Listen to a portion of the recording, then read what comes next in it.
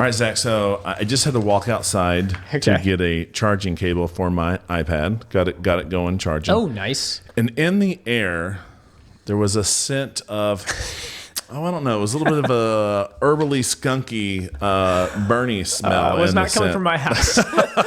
Unless, yeah, it definitely was not coming from my house. I guess I should leave it at that. You don't think any of your kids were maybe Joshua just got his sneaking one hands. in the room? Yeah, might need to have the talk, that talk with the kids. Yeah, no, I it brings me a little bit of comfort. Your neighborhood's a little newer than our neighborhood, and some people have accused us of living in the hood. I'm like, I don't think it's the hood. No. But there are houses that we walk by in our neighborhood, and I'm like, okay.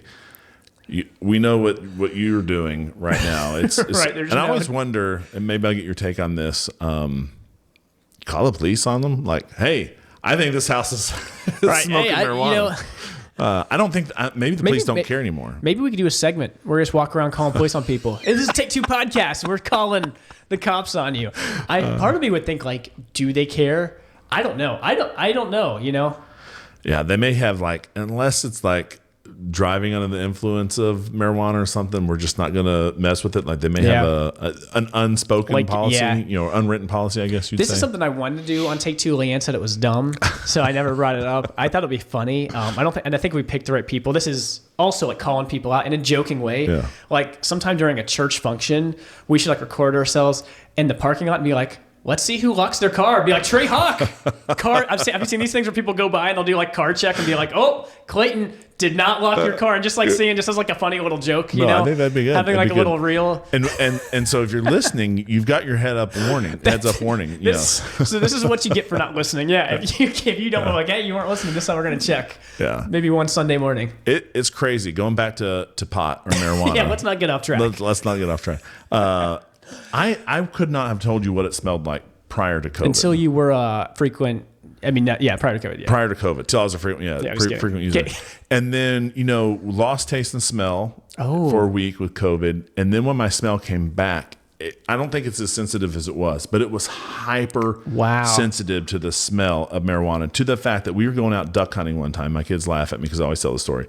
We were going out duck hunting that it would have been December 2021. Okay. Or January 2021, sorry.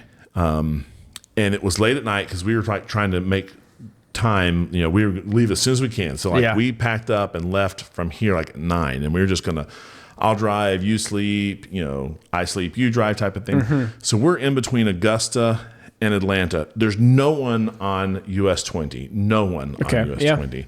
We're going west, and a car coming east on the other side of the freeway. I was like, they're smoking pot. I could smell it. Oh man, it was crazy. But then it's calmed down. So it's not that sensitive anymore. It's not that sensitive, but I could have been like a drug dog, a drug, dog right there. Sit down next to they're like, send them in. backpack. You just like run out. Yeah, that'd be good. So hey, let that be also a warning. Don't be smoking the old Mary Jane around this guy. Yeah, well, yeah. So you keep bringing up stuff. So I smelled it one time when I was teaching class at Northwood. Okay, yeah. And I couldn't point it out, and I didn't want to figure it out who it was, because it was this was right at the time when it was very sensitive. Yeah. And I thought, well, maybe been around a relative and you can't stop. Yeah, that's true. But I just said, hey, I just want you to know, Mr. Mott has very sensitized olfactory smells towards pot. I can smell it, and I smell a little bit right now. So I'm just putting you on alert. Don't be using it, because if I know it's you, then I'll feel honor bound to turn you in. It's great. So. I thought you were gonna say like you're teaching a Sunday school and you're like, over there by Charlie Summers smells suspicious. Charlie, Lori, what you doing? Just kidding. Never would accuse them of anything like that. But yeah, I think one thing I like about the podcast, we're learning a lot about each other, and now I know. Be careful with the old. Make sure we're my deodorant around you, because you'll know. Well, you keep mentioning things and I keep having to address them. Crazy enough, just maybe 9 months ago, I was able to smell BO again. I could not smell BO, which was great when I was a football coach. Oh, yeah. I could walk into that locker room and like, This locker room doesn't smell bad at all. And then it was, later I was like, okay, I can smell it again. So that's funny how all it was that. Weird. Yeah. Would you say your back? Is your wife smell good? It's probably 85%. Like she still can't, like Dr. Pepper growing up, favorite soft drink ever. She can't drink it because it just tastes like chemically metallic to her still. So like Sprite I think is okay. Root beer is okay for her. Yeah. So most times she just drinks water. Has she ever done smelling salts before? Like to try to get it back or to try to help? I don't know if that would do anything, but I was just curious. Yeah. Have you done smelling salts? I mean, I've got some at my house right now. I smelled some when we were in like junior high school. There was like a medical kit or something, and one of the football players got it out and was like, "We're like, ah." Dude, that stuff is out of control. It's like ammonia, some type of ammonia or something, right? No, yeah, a lot of them have ammonia in it. One last side trail, then we'll get to it for impact. One lesson, I brought in smelling salts for if the Holy Spirit, comes to your life, it's going to change you. You can't sit there and smell smelling salts and do nothing. Right. The most frequent injury, people get injured from this. Most of it's head injuries from whipping their head back. They'll hit a wall if they're not, they're close to a concrete wall or something. So you want to be careful of your surroundings. But COVID, Stephen Bostic, lost smell. He just smelled that like nothing, and it's unbelievable. Oh my goodness! He just held it up there. Just held it. Took a big sniff, and if you take like a faint sniff, like a foot away, it gets me. I can't do that. Right. It's like crazy. It's pretty pungent. So that like breaks my heart when someone like if you can't smell that, that's insane because that stuff is strong. And he was just like it was nothing. Oh, that's crazy. Maybe next time on the podcast we'll get some smelling salts in here to do some show and tell. No, Steven's still not in that. Like he's recovered from it. This was like years ago, so I would think surely he's recovered. You just hit him when he was probably contagious with it. Then probably so because I thought he was. He's like, oh, I won't be able to smell it. He like there's no. It's one of those things you cannot fake. I don't think. No, I don't. It's like a reflex. But anyway, how do we tie this to God's plan for Israel? Because, just like you may have thought that we didn't have a plan for this. That's right. We do have a plan. We do. and even though you may think that God doesn't have a plan, he did have a plan. He does have a plan for Israel. I guess that's how you tie it in. That's great. Romans 11. Let's take it to the next level.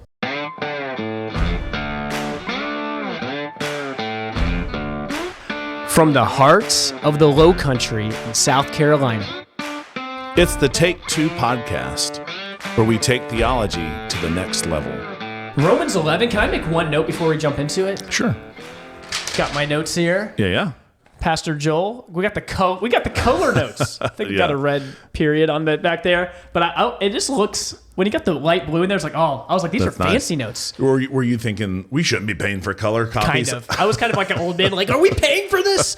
But at the same time, and every now and then, I don't think we did it this time, but sometimes we have like premium paper. That's like a random time. Yeah. You're like, ooh, this. I feel like I can't fold this in half. This like feels nice. No, I think what happens is they have some premium paper. They run some stuff, and then sometimes it gets left in there, and someone prints stuff out. Yeah. Sometimes you feel what is in color? Like, wow, this is fancy. Heavyweight notes. That's good. But to introduce this sermon title is God's plan for Israel, Romans 11, 1 through 11. Making our way through Romans, and the color ink was used on this lovely Jensen chart. Oh, it was, yeah. So we've talked about the Jensen chart before, and we'll put it back up here. So you can talk about it, but you have it right in front of you. So you want to kind of talk us through that? I would love to. And so there's 5 major sections in Romans. We are currently in section 4, so we're really progressing through the book. Romans 1:18 through 3:20. The emphasis is on sin, our need for salvation. It pivots in Romans 3:21 to 5:21. To what many would say salvation, really honing in on justification, talking about the way of salvation, already establishing all have sinned. Well, how do we come to Christ? And that's through Jesus Christ alone. In Romans 6 through Romans 8, we really emphasize sanctification, or Paul emphasizes it. It really shows us how do we live a life of salvation. That brings us to Romans 9 through 11, the section we're in right now. Huge emphasis on God's sovereignty and the scope of salvation. When we think of the scope, we think about how God has worked in Jewish history. Mm-hmm. We look at how he has worked with the Gentiles and how he's going to work with the Jews. And so we see a lot of back and forth. Paul's talking all the time about Jew and Gentile. And here's kind of going back and forth a little bit in Romans 11. We're really going to learn what the future holds for ethnic Israel. And then we'll go on to talk about service and the service of salvation, Romans 12 through 16, and a few sermons from now. But that's kind of where we are at in the chart. That's good. And so picking up with chapter 9, just kind of dive deeper. So remember, we've reviewed 8, 9, and 10 a couple times, but we end chapter 8 with these glorious declarations of God's promises. We have that golden chain of redemption. Nothing can separate us from the love of God. And then boom, chapter 9, these questions like, well, if that's true, Paul, then what about Israel? And then Paul's going to kind of show how God is moving through his sovereign plan. And he'll say, it's not as though the word of God has failed, for they are not all Israel who are descended from Israel. And he really kind of marches us through this idea that God is working sovereignly, both through individuals and in people groups. We get some examples of Ishmael and Isaac, Jacob and Esau, and I think Pharaoh and Moses are in there as well. And so you see how God is moving through to bring about his sovereign plan of salvation. Man, hit sovereignty hard. Then we get to chapter 10. Yeah. And really, I think what Paul's trying to point out is, you guys aren't off the hook. I've held out my hands. I've been patient with you. You've been obstinate and stubborn. I've established means that, we get this famous, phrase, these famous verses in Romans 10 that, how can you hear without a preacher? How can someone preach unless they are sent? Oh, this whole chain. And he's saying, I'm sovereign, but I use human means. Not only that, I've used these means with you. Yeah. I've sent prophet after prophet after prophet. You've good. actually rejected me. So he's kind of not turning the tables, but kind of showing them that's where you're at. And so you come out of that, you might be thinking like, man, I guess God's done with me. We'll answer that, or Paul will answer that a little bit later, but that's a lot of what Romans 11 is about. How is God going to operate going forward with Israel? No, it's very good. And, my mom was born in 1949. Wow. Yeah. And so I remember her saying, Israel came into existence, the modern day country, a year before I was born, and how that was such a huge thing that people would talk about. Man, there's an Israel again. There's an Israel again. So you chapter 9, hey, he's moving sovereignly. Chapter 10, there are means, human means that I use, and I've done that through you. Chapter 11, I'm not done with you, Israel. There is a future plan for you. Yeah. Yeah, so that's really great, and it's hard to even fathom just Israel not existing. Yeah, just in my because it's in the news all the time. Right, I remember hearing that. I was like, "What? Israel didn't always exist?" Like, no, like about 2,000 years there was no country Israel.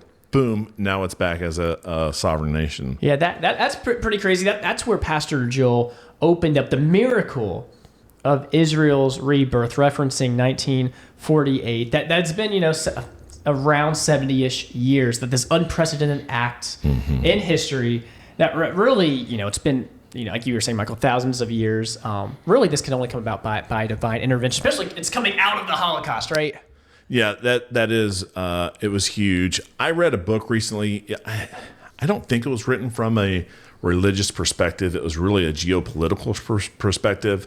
I will look that up and put it in the notes, but it just details all of Israel's challenges as they came into existence and really walks it through modern day. Highly recommend that if this is something that interests you, read it.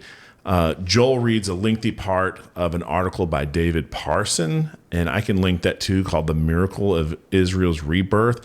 Just really talking about how, just against all odds, that this happened. Like, they declared their independence that same day. These 5 Arab countries go up against them. We have this kind of a hands-off policy because the leadership. The good thing about America is that we have elections. Right, the bad thing about America is that we have elections. So you have one leader and one administration in there that's like, yeah, we're going to back you.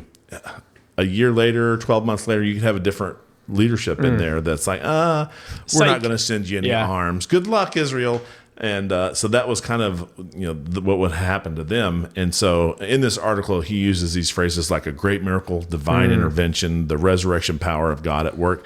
Just this, no one looked for this to happen. Boom, here's Israel. Not only do they exist, but they stave off this attack, and they're thriving.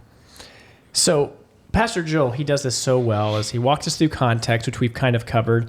Then he lays the groundwork. This is what chapter 11, this is what it's all about. This is how Paul is structuring it. It's really two major questions. We'll talk about question 1 today, question 2 probably next time. And Paul opens this up in Romans 11, 1 through 2. He writes, I say then, God has not rejected his people, has he? May it never be. For I am too an Israelite, a descendant of Abraham of the tribe of Benjamin. God has not rejected his people whom he foreknew. So the natural question that might be brought up through all of this is, man, God's done with Israel. And so his whole point of these 11 verses are, no, God is not done. Not only that, I'll show you, like Paul does frequently, I'll show you a couple examples. Yeah, that's good. Example number 1, you're looking at him. I'm Jewish, and God is using me. So God never totally abandons his people. Here's a present day example. Right. And then he gives us one more as well. He talks about, I'm losing my place on or maybe this is not the spot. Well, so I think the next thing we have in our notes is just the next question that we're going to talk about. Oh, I see. Yeah. Gotcha. So the next question that's in Romans 11 is, I say then, they did not stumble, so as the fall did they, may it never be, but by their transgression, salvation has come to the Gentiles to make them jealous. So those are the two main questions, and then you were diving into question 1. I was jumping the gun there. So I think that's a good way to frame it. You're thinking, question number 1, has he rejected his people? Question number 2, I say then, they didn't stumble as the fall, did they? And so we're looking at, has God rejected his people? And in Pauline fashion, screams the may it never be, like he does. Very strong statement. I think you either read that and you're like, it's strong, or you're like, it's kind of weird. Why is he saying this? But I think the point is, no. Right. All right, and so you already mentioned Paul himself being one example, and you could point to Peter, you could point to others Jews who were of the faith and who were living it out. The second one was Elijah. Oh, yeah, just a very right. Yeah, it's like, okay, where are we going with this, Paul? But he says, going on in Romans 11, 2 through 4, God has not rejected his people whom he foreknew. Or do you not know the scripture? Oh, don't you remember what the scripture says in the passage about Elijah, where he pleads with God against Israel? Lord, they have killed your prophets, they have torn down your altars, and I alone am left, and they are seeking my life. But what is the divine response to him? I have kept for myself 7,000 men who have not bowed the knee to Baal. That is so good, and I like that Paul is just over and over again referencing all these Old Testament passages.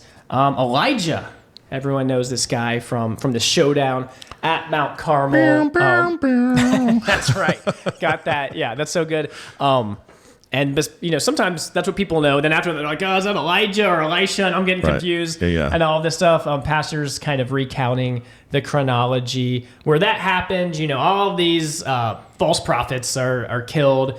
And he's running for his life after that, right? He's enemy number 1. Yeah, and it seems odd. Elijah, you just called down fire from heaven and just totally took out this altar that had been doused in water. Then you, and with some of your servants, killed all these false prophets. Why are you so struck with fear? But he was, for some reason. It's crazy. So Jezebel finds out, he girds up his loins, and then outruns these chariots. Maybe it was muddy. I've heard. Impressive. Well, it was muddy, and that's how he did it. This guy ain't outrunning chariots. that would be a tough task for most of us, I think. Yeah, and so then he flees down, and he's in this cave. And I'll read this passage. This is 1 Kings 19. And if you have watched the Nativity, this passage shows up a couple times in the Nativity. But so here we go. It says, then this is Elijah, came to a cave and lodged there. And behold, the word of the Lord came to him. And he said to him, what are you doing here, Elijah? And he said, I have been very zealous for the Lord, the God of hosts, for the sons of Israel have forsaken your covenant, torn down your altars, and killed your prophets with the sword. And I alone am left, and they seek my life to take it away. So he said, go forth and stand on the mountain before the Lord. And behold, the Lord was passing by, and a great and strong wind was rending the mountains and breaking in pieces the rocks before the Lord, but the Lord was not in the wind. And after the wind, an earthquake, but the Lord was not in the earthquake. And after the earthquake, a fire, but the Lord was not in the fire. And after the fire, a sound of a gentle blowing. When Elijah heard it, he wrapped his face in his mantle and went out and stood in the entrance of the cave. And behold, a voice came to him and said, again, what are you doing here, Elijah? And he said, we're going to get the same line again. I've been very zealous for the Lord, the God of hosts, for the sons of Israel have forsaken your covenant, torn down your altars, and killed your prophets with the sword. And I alone am left, kind of an Eeyore complex, and they seek my life to take it away.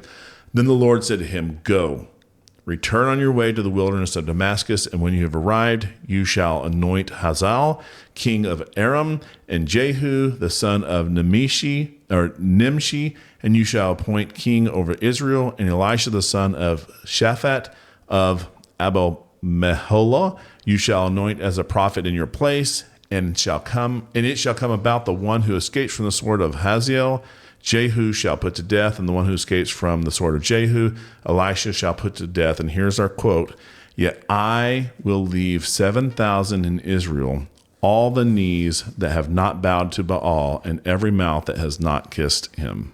Wow. 7,000 is probably not most of Israel, but it ain't nothing. It's quite a few. Yeah. Because I think, to give Elijah some credit, it's easy to think like worst case scenario, and he says to us, I'm all alone. It's like no. God always has a remnant, and I think I relate to that a lot. You kind of are a little pessimistic. You're like, woe is me. Like I said, Eeyore complex. You're like, no, God's provided in amazing ways, and I don't know if did we miss have we kept the streak going where there's a song in every sermon? Because Joel's back on it. Yeah, he is back on it. Yeah. So, like I said, the Eeyore complex, and Joel mentions this song, nobody likes me, everyone hates me, guess I'll go eat worms, and he sings it, and he does a pretty good job singing it. Nails it, man. Are you familiar with this song? I actually am not super familiar outside of hearing people talk about it versus knowing the song or hearing the song. Yeah. But I think that nails it, and we get kind of right into some application here where it's easy for us all to kind of feel that. Go ahead. Yeah, and you can go ahead and read this application by John MacArthur. But I do have beef with something John MacArthur says here, so I do want to reserve the. He's in bad health right now, so be careful, man. Oh, he is. Oh, that's not good. Take it easy on him. Yeah. Not beef with him personally. Just the words that he wrote. Yeah. What John MacArthur says. The Lord was passing by. The three phenomena, wind, earthquake, and fire, announced the imminent arrival of the Lord. The Lord's self-revelation to Elijah came in a faint, whispering voice. The lesson for Elijah was that Almighty God was quietly, sometimes imperceptibly, doing his work. Take him down. All right, yeah. I think overall it's great. I mean, you have these three big things you would think this is how the Lord is acting, but he's acting also through this blowing, this gentle blowing. But never does it say he's whispering. It just says there was a voice that came out. He's not whispering. So the phenomenon was lower, but there was just a voice. And so this goes back to my, I'm sensitive to this idea that God whispers to us or gives us these hints and stuff that we've talked about. That can be problematic. Yeah. That's a good point. And this is one verse that people go back to try to support that. And I just point out, it just says that the voice talked to him, and it wasn't like Elijah was training to hear. So the phenomenon came down. What does your NASB say? This is what it says. This is an ASB. Right. I always feel like you just got a CSB on you at all times, even though I know you don't. But that's because CSB was my go-to, but then I switched back to NASB. Although I love CSBs. Yeah. So it just says when Elijah, after the earthquake, it was a fire, but the Lord was not in the fire. After the fire was the sound of a gentle blowing. When Elijah heard it, he wrapped his face in his mantle and went out and stood in the entrance, and behold, a voice came to him. I see. Yeah. That's good. It's two different things there. And then kind of runs back, Pastor Joel, to Philippians 4:4-5. Rejoice in the Lord always. Again, I will say, rejoice. Let your gentle spirit be known to all men. The Lord is near. And so I like he's been doing this a lot, kind of throwing in these applications as we're working our way through it and really encouraging us. Like, Paul's referencing these texts. Like, get into these texts if you want to understand, just like anyone else making a literary reference. I mean, Paul's making one to the Word of God, so it's different. But if it's like, the Shakespeare thing, like, it would behoove you to know what's going on here if you're going to capture the analogy. Yeah, and there are a lot of online tools you can figure out. You don't have to have your whole Old Testament memorized to figure out where these are. There's ways you can find out. So oftentimes, you get to know your translation. For the NASB, oftentimes it puts it in all caps when it's a quote. Yeah, that's nice. I like that about the NASB. Yeah. It's very apparent. Yeah, it'll put it in all caps. But even if you have something like the Blue Letter Bible or Bible Gateway, you can find some cross reference to tell you where those Old Testament passages are. All right, on to verse 5 of Romans. And the key kind of phrase out here is a remnant according to God's gracious choice. So in it says, in the same way then. So in the same way that God reserved 7,000 back in that day in a similar way. So Paul's making that analogy from what God did during Elijah's time to now. There has also come to be at the present time a remnant according to God's gracious choice. But if it is by grace, it is no longer on the basis of works. Otherwise, grace is no longer grace. Huge, key. I like that. It's a pretty big theological statement, but in a small package. Yeah, I like that he is making sure. You know what grace is? Like, he could have easily said it's all by grace. Yeah. But he's like, no, grace is no longer grace. Yeah. Like, he's over explaining himself, and I'm glad he does. Yeah. Because there's still confusion around this kind of stuff sometimes, right? Yeah, and it's almost like our boys, Reliant K, they knew this verse when they said, grace is what makes life not fair. Is that the that's right. quote? That's right. The beauty of grace is makes life not fair. Yeah, I love that. I gotta look. Someone commented on our Spotify, and I was like, I want to know who you are. Their username is just Numbers. So tell us who you are, Numbers. That's great. Yeah, that is so good. So Paul kind of spells that out for us, leading us to verse 7. What then? What Israel is seeking, which is a works-based righteousness, it hasn't obtained, but those who were chosen obtained it. Gentiles a grace-based righteousness, and the rest were hardened, even the Israelites, seeking God, as Paul kind of outlines earlier, and then the rest were hardened, and really, I like the way Pastor Joel said it, kind of given over to their hard hearts, because I think this term hardened is a tough one to articulate. Like, what do you mean? Is God actively hardened it? Is he just giving you over, per Romans 1 kind of thing? Yeah. Is there more to it? How do you kind of define that kind of thing? I think that's good. You could go back to, kind of the characteristic guy that you would talk to about getting his heart hardened as Pharaoh. Yeah. You read through that. Sometimes it says God does. Sometimes Pharaoh does. A lot of people have said, what God has done is turn Pharaoh over to his own devices, and that's what Joel says here. And there's nothing, you've also said, there's ice and clay. You can put them in the sunshine. One melts, one gets hardened and tough. God can put people in different circumstances, and there's nothing, God's not doing anything wrong. Because whatever circumstance you find yourself in, you still, you still are to love God with all your heart, soul, mind, and strength. And we're not. No one's doing that. Right. I'm speaking off the cuff here, which is usually a bad idea. I want to say this Hebrew word for hardened can mean strengthened. Okay. I don't know if this is true, so I need to look this up. But look it up. I think it lends itself to kind of what Pastor Joel was saying. Comments. That, that's what I get for going on the cuff. That it has this idea of strengthening. Not that perfect etymology is a definition anyway, but I think there might be something there where God strengthens in the giving you over. So anyway, something to ponder, something to think about more, because Paul will kind of develop that in just the next verse, quoting the Old Testament. No, that's very good. So I'm just looking through here because this is the let's see, yeah. So verse 8 says, "Just as it is written, God gave them a spirit of stupor, eyes to see not, and ears to hear not, down to this very day." And David says, "Let their table become a snare and a trap and a stumbling block and a retribution to them. Let their eyes be darkened to see not and bend their backs forever." So pretty kind of imprecatory-ish there. Yeah, this is Paul's using some tough language there, where I know a lot of us like to shy away from some of these imprecatory psalms, but he's using it to describe this is exactly what is happening to these Jews that have rejected grace. They're stumbling over Christ. They're trying to earn their salvation.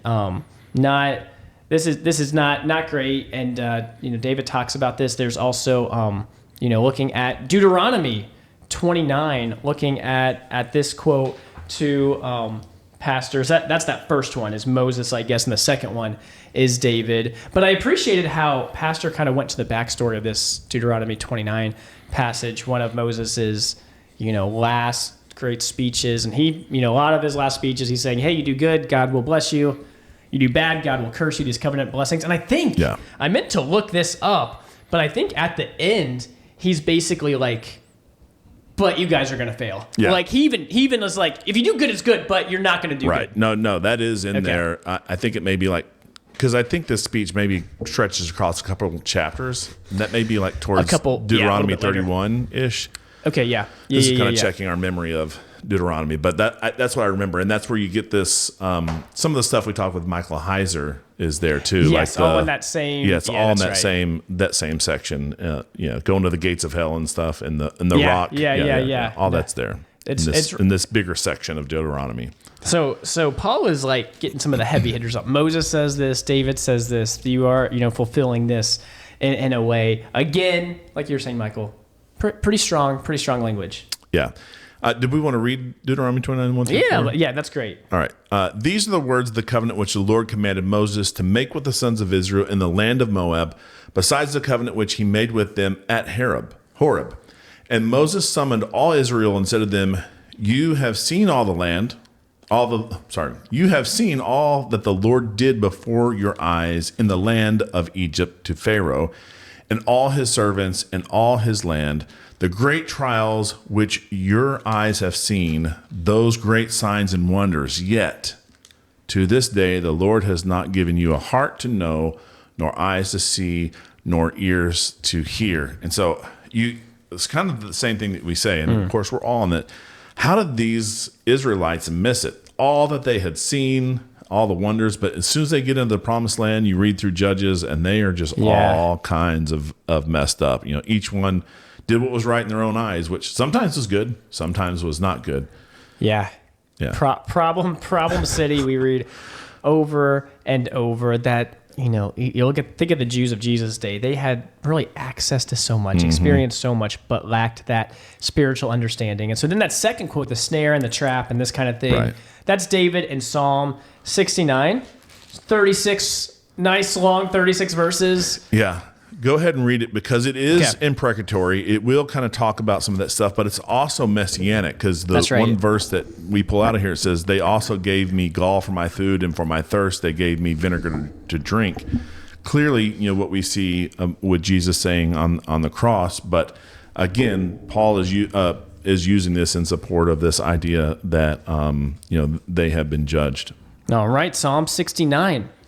Save me, O God, for the waters have come up to my neck. I sink in deep mire where there's no foothold. I have come into deep waters, and the flood sweeps over me. I'm weary with my crying out. My throat is parched. My eyes grow dim with waiting for my God. More in number than the hairs of my head are those who hate me without cause. Mighty are those who would destroy me, those who attack me with lies. What did I not steal must I now restore? O God, you know my folly. The wrongs I've done are not hidden from you. Let not those who hope in you be put to shame through me, O Lord God of hosts. Let not those who seek you be brought to dishonor through me, O God of Israel. For it's for your sake that I've borne reproach. That dishonor has covered my face. I have become a stranger to my brothers, an alien to my mother's sons. For zeal for your house has consumed me, and the reproaches of those who reproach you have fallen on me. When I wept and humbled my soul with fasting, it became my reproach. When I made sackcloth my clothing, I became a byword to them.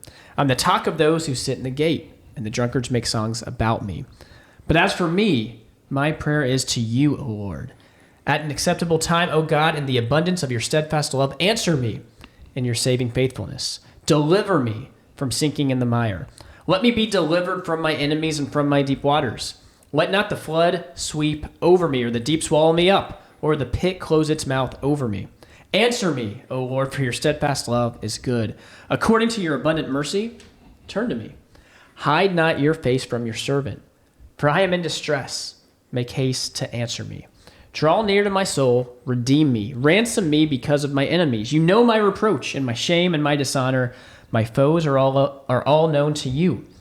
Reproaches have broken my heart so that I'm in despair. I looked for pity, but there was none. And for comforters, but I found none. They gave me poison for food, and for my thirst, they gave me sour wine to drink. Let their own table before them become a snare. And when they are at peace, let it become a trap. Let their eyes be darkened so that they can't see, and make their loins tremble continually. Pour out your indignation upon them, and let your burning anger overtake them. May their camp be a desolation. Let no one dwell in their tents, for they persecute him whom you have struck down, and they recount the pain of those who you have wounded. Add to them punishment upon punishment. May they have no acquittal from you. Let them be blotted out of the book of the living. Let them not be enrolled among the righteous. But I am afflicted and in pain. Let your salvation, O God, set me on high. I will praise the name of God with a song. I will magnify him with thanksgiving. This will please the Lord more than an ox or a bull with horns and hoofs. When the humble see it, they'll be glad. You who seek God, let your hearts revive. For the Lord hears the needy and doesn't despise his own people who are prisoners. Let heaven and earth praise him, the seas and everything that moves in them. For God will save Zion and build upon the cities of Judah, and the people shall dwell there and possess it. The offspring of his servants shall inherit it, and those who love his name shall dwell in it. All right, that's good. So, kind of zooming back out, kind of two categories of these Jewish folks. Ones that have been saved as a remnant, those who are going to recognize that righteousness comes through grace. Those who are trying to get righteousness through works, works-based, and God says, I'm going to harden them. I'm going to judge them, and this psalm and then what we read in Deuteronomy both speak to them. But the end question is, has God rejected the Jews or Israel? Yeah. No, no. He is saving a remnant for him. And you can read other passages. We go to other places where it talks about that, a remnant coming back to life. Now, this is good. So that's the first question. Next week, we'll tackle the second question. Moving towards application, Pastor Joel, keeping it simple. Pray some more. Even thinking back to the sermon last week, just prayer is so vital that really without God working, there's not a lot of hope. Yep. And second one, we've mentioned this 2 or 3 times now, but I know for me, it's good to have that weekly reminder. I was going to do something. Yeah. My week started and I completely forgot. So pray for 3 people, serve 2 people, invite 1 person out to wherever local festivities are, or into your home, whatever it might be. And then he has underneath the application kind of these read, review, and memorize types of things. Number 1, by way of review, just reread Romans from where we are, chapter 1 through 11. It's not that big of an ask. And then he gets like, okay, maybe not everyone's going to do that, so at least read 9 through 11. Yeah, read at least 9 through 11. Number 2 question, how would you respond? How do you respond when things go really bad? What do we learn from Elijah's response? No, that's good because I can feel so sorry for myself. Number 3, memorize Philippians 4:4-5. For those times we maybe feel overwhelmed and all alone, a good passage to have in your back pocket. And then this question we were kind of wrestling with, what does it mean the rest were hardened? How does God harden people? Yep. And then lastly, what do you understand the place of Israel to be in the future? Hopefully you recognize that there is a place for Israel. And that's a good, conversation that you can have. There's different views out there. At least Jesus is an Israelite. He's a Jew, and he's coming back. So there's that. What plans does God have for his people? That's good. Hang in there because we'll talk a lot more about this in upcoming sermons. This is great. Romans 31 in the book's 31st sermon. Yeah, that's a lot of them. So anything else to add? I got nothing. All right, that's our take. Thanks for listening to Take 2. Find us wherever you find podcasts and on YouTube for those who want to watch our videocast.